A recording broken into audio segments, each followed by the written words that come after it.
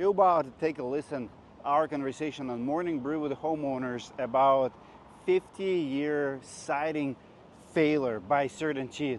We have a big problem in construction industry where manufacturers offer unreasonable warranties. We have it in the roofing space currently where a lot of manufacturers offer 50-year or lifetime warranty on 15 to 18-year shingle.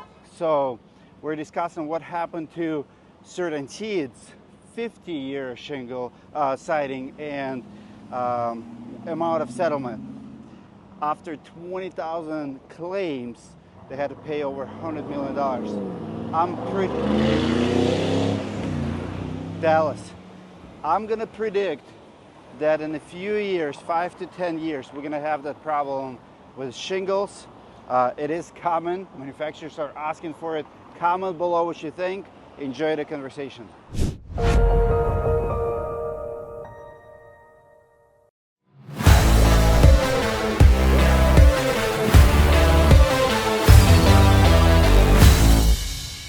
And we are back. Let's talk about false advertising. And this one is big. This is one of the biggest stories today. Serious talk about manufacturer promising. So this one hits close to home. We're in Twin Cities. We actually experienced this a lot.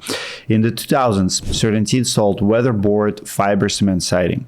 It was marketed as long-lasting and high-performing and sold with a 50-year warranty. What we see also in the roofing space today, a lot of 50-year shingles that last 15, 18 years.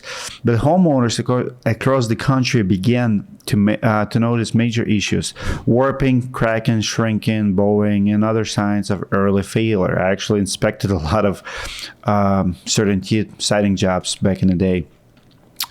The first lawsuit was filed in 2010. As more cases came in, they were combined. This became one of the largest class action settlements involving building products affecting around 300,000 homes and buildings. Homeowner claims. Homeowners said that CertainTeed siding did not last anywhere near the promised 50 years. Instead of holding up, the boards failed early, showing gaps, cracks, and warping, and sometimes require full wall replacements. They said CertainTeed's warranty was not enough to cover replacement cost, and the other side, CertainTeed, defended themselves, and they argue it's met all ASTM's industry and company standards, and that most failures came from poor installation or storage. Of course, the company pointed to its 50-year limited warranty, full labor and material coverage only for the first 2 years, the sure start period. After that, materials only, no labor, with a 2% annual proration. CertainTeed also claimed that most customers have no issues with the products. From 1999 to 2013, CertainTeed processed 19,520 siding warranty claims, just 1.7% of all sales. That's crazy, but it's still 20,000 claims, and I guarantee you a lot of people just did not file, because how many people do that? So here's the outcome. In 2014, both sides agreed to $103 million in settlement. Homeowners could file claims for cash payouts to help cover the cost of replacing defective siding, including labor and paint, not just materials. Unlike the old warranty, the settlement also allowed full wall replacements if more than 5% of the siding on that wall was damaged. Payments were prorated based on how long the siding had been installed. Newer installs got more money. All payments were based on our means, a respected national construction cost estimator. Homeowners would get 50% of their claim up front and possibly more later if money remained in the fund. Claims allowed for up to 6 years with the warranty rights still intact. So I'm sitting here with the two public adjusters. My question to you guys: why so many claims like this go through insurance claims? Like, because I do see stuff like this happens, and rarely insurance company would pass it to the manufacturer. Like if you have bad shingles, bad siding, and you have a hail claim, for example, and it's falling apart, so now it's act of God. So there is 20,000 claims here, but I would argue a lot of it also been destroyed by the hail, because if it's already warping and damaging, it only takes one bad weather event to add to the problem, to the failing product. It's hard to argue, is it manufacturer defect or is the weather event?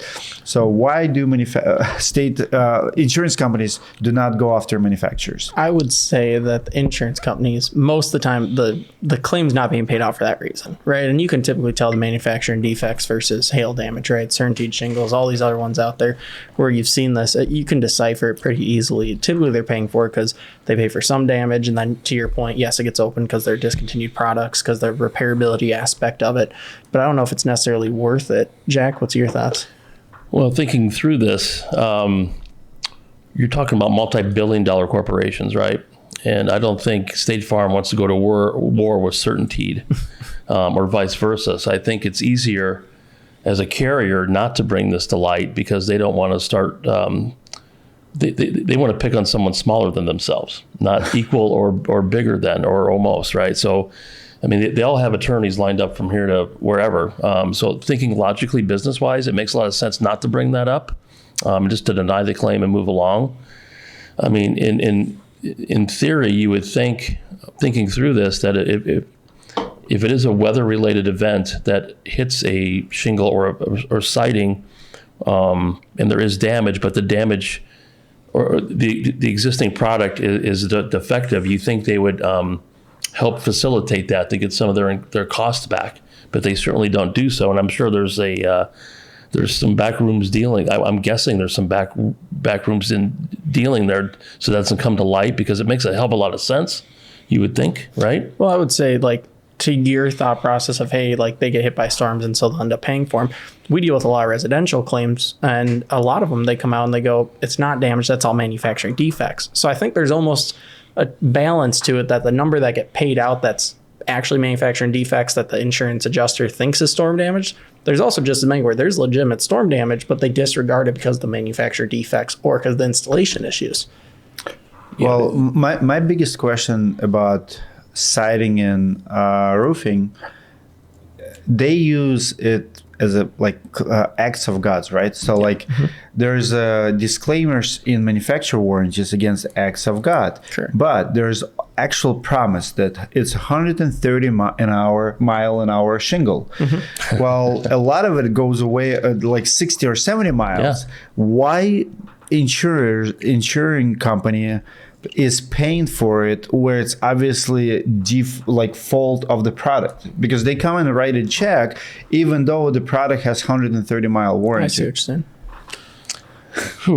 Once again, that's a loaded question. So in theory, it's supposed to withstand those winds, but it's probably easier just to pay the claim than to fight the other corporation, is my feeling.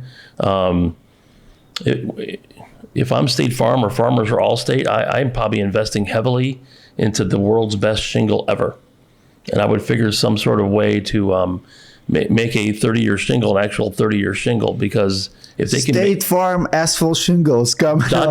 Well, you're seeing this though, it's trend in a lot of markets, the fortified roofing systems, right? Where you get a claim and your insurance company's coming back saying, hey, we'll pay to tape the seams, re-nail decking, use class 4 shingles, synthetic underlayment. So and making it better. We'll pay, and it's additional, typically like 50% on average, sometimes 30 to 50% on a roof. Like, hey, we'll pay to upgrade it so you don't have these issues.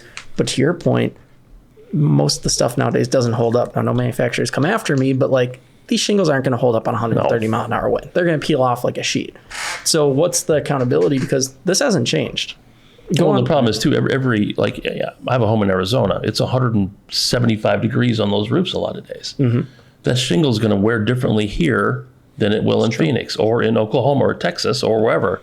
So I think it's just a big stupid branding thing, right? It's 50-year shingle. People think they're going to be fine and you're not. You're fine for 20 years, maybe. But it's false advertising. What should be a reasonable fine for that, because we used to have 25, 30-year shingle, and now it became 50, which is marketing gimmick, right? Shingles did not get better, but paperwork improved, but it's false advertising.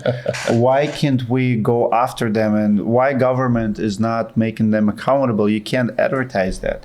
You can't say. I would say because no one's raising a stink. To Jack's point, the insurance companies aren't going to fight back against them because it's not going to make sense. To your point about the little people getting screwed, you'd have to get so many homeowners banded together to do anything on it. Good luck. It's almost impossible. So I feel like they can get away with it. Right here, it costs, why they don't learn from this? Like, it cost them $100 million. To CertainTeed has to pay they're a $50 billion company. So it's like $100 speeding ticket to you. Yeah, there's probably an algorithm that they, like insurance companies know, they have these algorithms for every dollar they collect. X amount's going to go towards litigation, X amount's going to go towards a claim. It's all predetermined. So they probably knew in the back of their secret meetings that they're going to have to pay $100 million in fines over the next 20 years, but they're going to make $1 billion off that $100 million. I'd take that bet all day, right? Financially. They're still making that bet. Go online and search lifetime shingle. Every single manufacturer nowadays has lifetime shingles, and then you read the lifetime. I hate it with passion. I hate it. If you guys want to know who makes the best shingle, go to Roofing Insights Guide, and I'll tell you. But here's some crazy number. The craziest number I've seen today.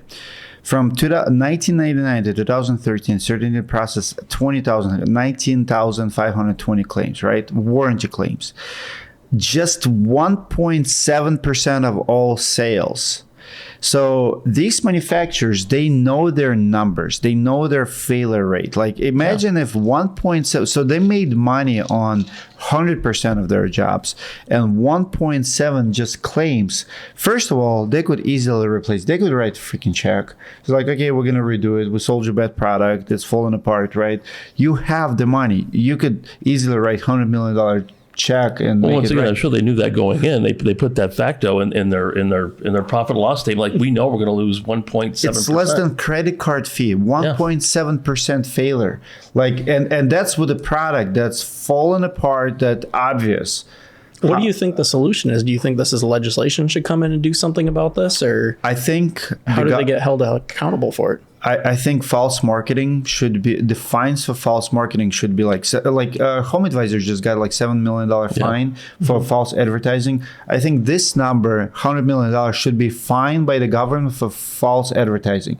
We should not be even waiting for the products to fail. We'll be like, oh, you advertise 50-year shingle when its life expectancy is like Minnesota Department of Labor publicly says life expectancy of asphalt shingle is 15 to 18 years, right? When the manufacturer says it's 50, no, you will not find it's 50, right? So make them pay for false advertising. Or to say it's a 20-year shingle and call it a day.